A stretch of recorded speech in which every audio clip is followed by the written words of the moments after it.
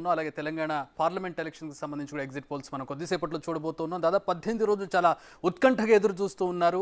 ఇది ఆల్మోస్ట్ యాక్యురేట్గా ఉంటాయి. అంటే ఎలక్షన్కి ముందు చేసేటటువంటి సర్వే కాస్త యాక్యురసీగా ఉంటుంది. బట్ ఎగ్జిట్ పోల్స్ దాదాపుగా యాక్చువల్ రిజల్ట్కి దగ్గరగా ఉంటాయి. కాబట్టి ఎగ్జిట్ పోల్స్ ఎప్పుడెప్పుడు వస్తాయని ఎదురు చూస్తున్నారు. 18 రోజుల నుంచి ఎప్పుడు లేనంత ఉత్కంఠ మనకి ప్రజల్లో కనపడుతుంది. So big TV exclusive exit poll సర్వేతో ప్రస్తుతం మీ ముందు ఉంది. మరి కొద్దిసేపట్లోనే అవి రివీల్ చేయబోతున్నాను. అండ్ ఈ డేటాకి సంబంధించి విశ్లేషణ అందించడానికి, అప్డేట్స్ అందించడానికి మనతో పాటు బిగ్ టీవీ ఎగ్జిక్యూటివ్ ఎడిటర్ అశోక్ వేములపల్లి ఉన్నారు. అశోక్, వెల్కమ్. సో మనం కూడా చెప్పడానికి చాలా క్యూరియస్గా ఉన్నాం. మనకి ఎలక్షన్ కమిషన్ లిమిటేషన్స్ తోటి మనం చెప్పలేకపోతున్నాను, కానీ ప్రజలు ఎంత ఉత్కంఠగా ఎదురు చూస్తున్నాం మనం కూడా అంతే చూస్తున్నాం. రైట్, ముందుగా మనం తెలంగాణ పార్లమెంట్ సంబంధించి ఏ విధంగా ఉందో చూడబోతూ ఉన్నాం.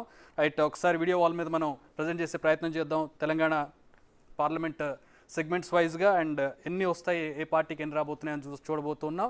ఓవరాల్గా చూసినట్లయితే కాంగ్రెస్కి 8 నుంచి 9 రాబోతున్నాయి, బీజేపీకి 6 నుంచి 7 రాబోతున్నాయి, ఎంఐఎం యాజ్ యూజువల్ 1 ఖచ్చితంగా కొట్టబోతున్నట్టుగా మనకి ఎగ్జిట్ పోల్ సర్వేలో తెలుస్తుంది. సో కాంగ్రెస్ లీడ్లో కనపడుతుంది 8 నుంచి 9, బీజేపీకి 6 నుంచి 7. కానీ ఇక్కడ ప్రత్యేకంగా మనం గమనించాల్సింది బీఆర్ఎస్కి ఒక్క సీటు కూడా వచ్చే అవకాశం ఇక్కడ కనబడడం లేదు ఈ పార్లమెంట్ ఎలక్షన్స్లో ఈసారి. అది exit poll survey, Big TV exit poll survey చెప్తుంది. అశోక్, ఎట్లా చూడవచ్చు మనం? ఎగ్జాక్ట్లీ మీరు చెప్పినట్టే బిగ్ టీవీ గతంలో అంటే తెలంగాణ అసెంబ్లీ ఎన్నికల టైంలో బిఫోర్ మనం పందికోళ్ళ పేరుతో సర్వే ప్రతి కాన్స్టిట్యున్సీలు ఎవరు గెలవబోతున్నారు అనేది ముందు ఎక్స్ప్లెయిన్ చేసాం. సో అది ఎగ్జాక్ట్గా మనం ఇచ్చిన ఇన్ని సీట్లు కాంగ్రెస్కి రావచ్చు, కాంగ్రెస్ అధికారంలోకి వస్తుంది అని అప్పుడు బిఫోర్ చెప్పాం సర్వే. తర్వాత ఎగ్జిట్ పోల్స్ చెప్పాం. ఎగ్జిట్ పోల్స్ కూడా మనం ఇచ్చిన రిపోర్ట్ ప్రకారం ఒక 2-3 సీట్లు అటు ఇటుగా కాంగ్రెస్ పార్టీ అధికారం చేపడుతుందని ఇచ్చాం. అన్ని సీట్లు బిగ్ టీవీ చెప్పినట్టుగానే వచ్చాయి. ఎందుకంటే అంత కరెక్ట్గా, ఆల్మోస్ట్ ఖచ్చితత్వంతో, అంత పక్కాగా మనకున్న ఒక ఎక్స్పీరియన్స్ టీంతో ఈ సర్వే అంతా కూడా చేయించాం. ఎగ్జిట్ పోల్స్ కూడా అదే క్రమంలో చెప్తున్నాం. ఇప్పుడు మీరు చెప్పారు కాంగ్రెస్కి 8 నుంచి 9 అని. యాక్చువల్లీ కాంగ్రెస్ పార్టీ శ్రేణులకు కొంత నిరుత్సాహపరిచే అంశమే. మీరు చెప్పినట్టుగా 8-9 సీట్లు రావటం అనేది ఒక సెక్టార్ అంతా హ్యాపీగా ఉండొచ్చు, కానీ మిగిలిన సెక్టార్ అంతా ఏంటంటే డబుల్ డిజిట్, అంటే కనీసం 11-12 సీట్లు వస్తాయని వాళ్ళంతా కూడా ఎక్స్పెక్ట్ చేస్తున్నారు. సీఎం రేవంత్ రెడ్డికి చాలా ఛాలెంజింగ్ ఇష్యూ.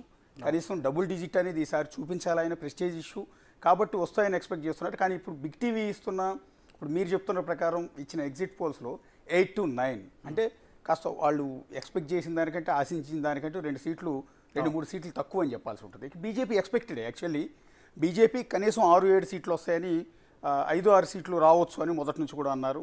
సో అదే క్రమంలో షాకింగ్ ఏంటంటే బీఆర్ఎస్కి 0 వచ్చింది. వాస్తవానికి బీఆర్ఎస్ మిగిలిన అన్ని చోట్ల కూడా సీట్లు రావని మొదటి నుంచి కూడా చెప్తున్నారు. కానీ మెదక్ పార్లమెంట్ నుంచి ఒక్క సీటు, అది కూడా మెదక్ పార్లమెంట్ సీటు ఖచ్చితంగా గెలిచే అవకాశం ఉంటుందని గతం ఇంతకుముందు మనం పందెంకోళ్ళు చేసినప్పుడు కూడా టఫ్గా ఉంది కొంత. బీజేపీ, కాంగ్రెస్ అండ్ బీఆర్ఎస్కి మధ్య టఫ్గా ఉంది. అల్టిమేట్గా ఏంటంటే అక్కడున్న అటు హరీష్ రావు ఎఫెక్ట్ కావచ్చు, అటు అదే మెదక్ జిల్లాలో కేసీఆర్ ఎఫెక్ట్ కావచ్చు, వీటన్నిటి నేపథ్యంలో బీఆర్ఎస్గా మెదక్ ఎంపీ స్థానం వచ్చే అవకాశం ఉంటుంది అనుకుంటే ఇప్పుడు వచ్చిన ఎగ్జిట్ పోల్స్లో అది కూడా రావట్లేదు అనేది తెలియదు. బహుశా అది బీజేపీకి వెళ్ళి ఉండొచ్చు ఏమోనని అనుకుంటున్నాను. ఎందుకంటే మనం ఐటమైజ్డ్గా వెళ్దాము, ఒక్కొక్క నియోజకవర్గానికి సంబంధించి, పార్లమెంట్ నియోజకవర్గానికి సంబంధించి మాట్లాడుకుందాం. బీజేపీకి ఎక్కడెక్కడ రాబోతుంది, కాంగ్రెస్కి ఎక్కడెక్కడ రాబోతుందని మనం ఒకసారి గ్రాఫికల్ రిప్రజెంటేషన్లో చూద్దాం. సో ఇది ఓవరాల్గా Big TV exit poll survey. కాంగ్రెస్కి 8 నుంచి 9 రాబోతుంది, బీజేపీకి 6 నుంచి 7. బిగ్ షాకింగ్ ఫర్ బీఆర్ఎస్, ఒక్క సీటు కూడా ఈ పార్లమెంట్ ఎలక్షన్లో గెలవలేకపోతోంది బీఆర్ఎస్ ఎగ్జిట్ పోల్ సర్వే ప్రకారం. దేశంలో ఉన్న ఒక 100 టీవీ ఛానళ్ళు, ఒక 100 సర్వే సంస్థలు ఎవరు ఎగ్జిట్ పోల్ చేసినా ఈ చివరిది మాత్రం అది మారదు. అది ఎంఐఎం 1 అనేది అది పక్కా, అది ఎక్కడ వస్తుందో కూడా చెప్పేయచ్చు, అంత పక్కాగా ఉంటుంది. ఆల్ రైట్, ఎక్కడెక్కడ బీజేపీ, కాంగ్రెస్ గెలవబోతున్నాయో ఒకసారి చూద్దాం మనం.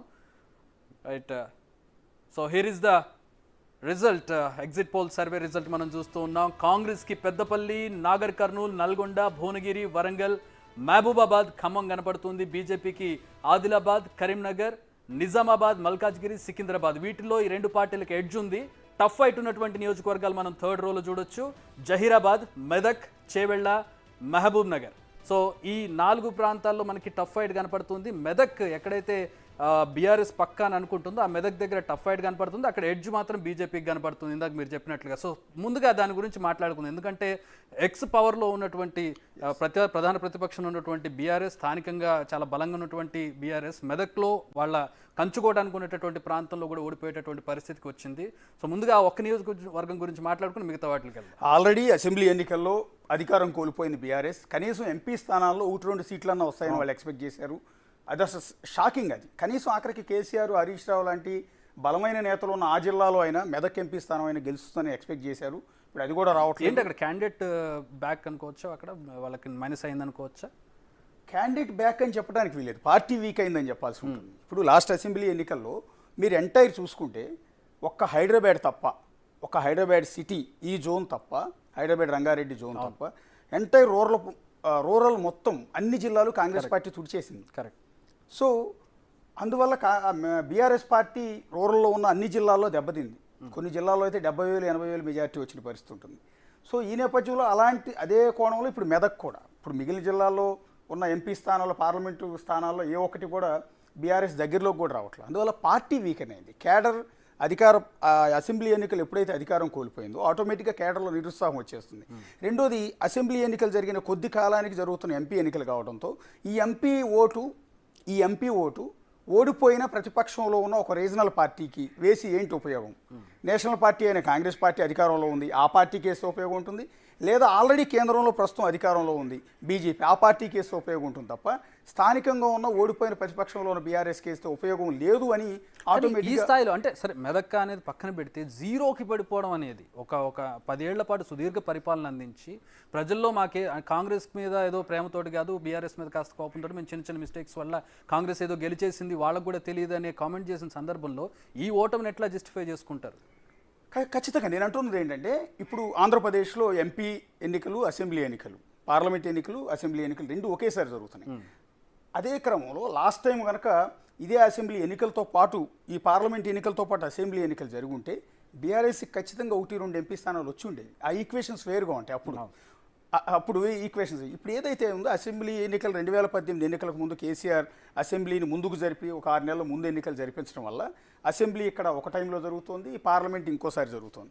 ఆ జరుగుతున్న ఎఫెక్ట్లో ఆల్రెడీ మొన్న ఘోరమైన ఓటమి బీఆర్ఎస్కి, ఘోరమైన ఓటమి తర్వాత కూడా ఆ గెలిచిన ఎమ్మెల్యేల్లో చాలా మంది కాంగ్రెస్ వైపు వెళ్ళిపోతున్నారు. ఇప్పటికే 5-6 ఎమ్మెల్యేలు వెళ్ళిపోయారు, ఇంకో 10-15 మంది రెడీగా ఉన్నారు. రేపొద్దున మీరు చెప్తున్నారు ఇప్పుడు ఎంపీ ఎన్నికల రిజల్ట్ తర్వాత ఇంకా చాలా మంది ఎమ్మెల్యేలు వెళ్ళిపోతారు. దాంతో పార్టీ ఆటోమేటిక్గా 10 ఏళ్ల పాటు పరిపాలించిన పార్టీ ప్రజలకు దూరం అయింది, ప్రజలతో కలవలేదన్న అపవాదు వేసుకున్న ఆ పార్టీ కేడర్ నిరుత్సాహం వచ్చేస్తుంది. ఆటోమేటిక్గా పార్టీ చిన్నాభిన్నం అవుతుంది, వీకెన్ అవుతుంది. ఆ వీకెన్ అయిన ఎఫెక్ట్ ఇప్పుడు ఎంపీ ఎన్నికల మీద చూపిస్తారు. కానీ ఇదే ఎంపీ ఎన్నికలతో పాటు అసెంబ్లీ ఎన్నికలతో పాటు జరిగి ఉండుంటే మళ్ళీ బీఆర్ఎస్కి ఎంపీ సీట్లు వచ్చి.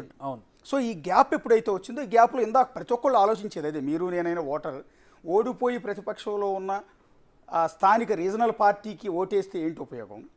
పార్లమెంట్ ఎన్నికలు కదా, పార్లమెంట్ అంటే కేంద్రం సైడ్ చూస్తారు కదా. కేంద్రంలో అధికారంలో ఉన్నది ప్రస్తుతం బీజేపీ, లేదా రేపో మాపో అదృష్టం బాగుంటే మళ్ళీ కాంగ్రెస్ అధికారంలోకి వచ్చే అవకాశం, అంటే యూపీఏ లేదా ఎన్డీఏ ఉంటుంది. ఈ ఈక్వేషన్లో ఈ 2 పార్టీలు ఇక్కడ రాష్ట్రంలో ఉన్నప్పుడు ఆ రెండిట్లో ఏదో దానికి పార్టీకి ఓటేస్తే ఉపయోగం ఉంటుంది. కానీ ఎంపీ ఓటు స్థానిక ఓడిపోయిన పార్టీకి వేస్తే ఉపయోగం ఏంటి, ఆ ఎంపీ గెలిచినంత వల్ల ఉపయోగం ఏంటి అనేది అక్కడ ఆలోచిస్తారు. దానివల్ల ఇట్లా దెబ్బతింది. రైట్. ఇక 1 by 1 వద్దాం. కాంగ్రెస్కి సంబంధించి, బీజేపీకి సంబంధించి. కాంగ్రెస్ మనకి ఎక్కడైతే 7 స్థానాలు అనుకుంటున్నామో ఆ 7 స్థానాలకు సంబంధించినటువంటి అంటే ఖచ్చితంగా ఎడ్జ్ ఉండి గెలిచేటటువంటి స్థానాలు చూస్తున్నాం. పెద్దపల్లి, నాగర్ కర్నూల్, నల్గొండ, భువనగిరి, వరంగల్, మహబూబాబాద్, ఖమ్మం.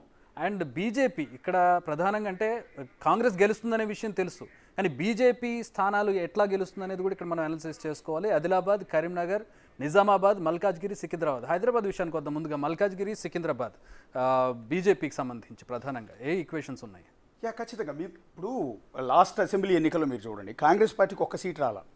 హైదరాబాద్ సిటీ, రంగారెడ్డి ఈ జోన్లో పర్టికులర్గా సిటీతో కొలాబరేట్ అయ్యి ఉన్న, అంటే వేరు రాష్ట్రాల నుంచి వచ్చి ఇక్కడ సెటిల్ అయిన ప్రజలు ఉన్న, అంటే ఇది ఒక మినీ ఇండియా. ఇలాంటి చోట కాంగ్రెస్ దెబ్బతింది లాస్ట్ అసెంబ్లీ ఎన్నికల్లో. వాళ్ళు ఒకవేళ బీఆర్ఎస్కి ఎందుకు ఓటేశారు, కాంగ్రెస్కి ఎందుకు ఓటు వేయలేదు అన్నదాని మీద ఇంతవరకు విశ్లేషించుకుంటే ఎవరికి సరైన ఆన్సర్ దొరకట్లా, ఓటర్ల పల్స్ అర్థం కాల. సో అలాంటిది ఒక్క అసెంబ్లీ కూడా గెలవలేకపోయామన్న బాధ కాంగ్రెస్ పార్టీలో ఉంది. అలాంటి చోట ఎంపీ సీట్లు మళ్ళీ గెలుస్తుందని మనం భావించలేం. కానీ ఇక్కడ హైదరాబాద్ సిటీలో బీఆర్ఎస్కి ఎక్కువ అసెంబ్లీ సీట్లు వచ్చినాయి. వాస్తవానికి బీఆర్ఎస్కి మీరు చెప్పిన మల్కాజ్గిరి కావచ్చు, సికింద్రాబాద్ కావచ్చు, ఈ 2 సీట్లు బీఆర్ఎస్కి వెళ్ళాలి. కానీ ఆ 2 బీఆర్ఎస్ కాకుండా సిటీలో బీజేపీకి ఎమ్మెల్యే సీట్లు లేవు. కానీ బీఆర్ఎస్ వైపు బీజేపీ వైపు మల్కాజ్గిరి, సికింద్రాబాద్లో ఉన్న ఎంపీ స్థానాల్లో ఉన్న ఓటర్లు ఎందుకు మొగ్గు చూపారు అనేది వెరీ ఇంట్రెస్టింగ్. ఇందాక నేను చెప్పినట్టు ఇక్కడ ఈ ఓటర్ పోలరైజేషన్ అనేది మినీ ఇండియా. ఇది ఎక్కడెక్కడ నుంచో ఆంధ్ర ఓటర్లు ఎక్కువ మంది ఉంటారు, గుజరాత్ నుంచి వచ్చిన వాళ్ళు ఉంటారు, ఎక్కడెక్కడ హర్యానా నుంచి వచ్చిన వాళ్ళు, ఎక్కడెక్కడ వాళ్ళు ఉంటారు. వీళ్ళందరికీ ఇక్కడ ఓటు హక్కు ఉంటుంది. పర్టికులర్గా సికింద్రాబాద్ కాన్స్టిట్యున్సీలో మీకు తెలుసు ఎక్కడెక్కడ నుంచో వ్యాపారులు ఇక్కడ ఉంటారు, ఎన్నో ఏళ్ళ నుంచి స్థిరపడిన వాళ్ళు. వాళ్ళ మైండ్ సెట్ అంతా కూడా నీకు నార్త్ ఇండియన్ ఓటర్లు ఎక్కువ మంది ఉంటారు సికింద్రాబాద్ పరిధిలో.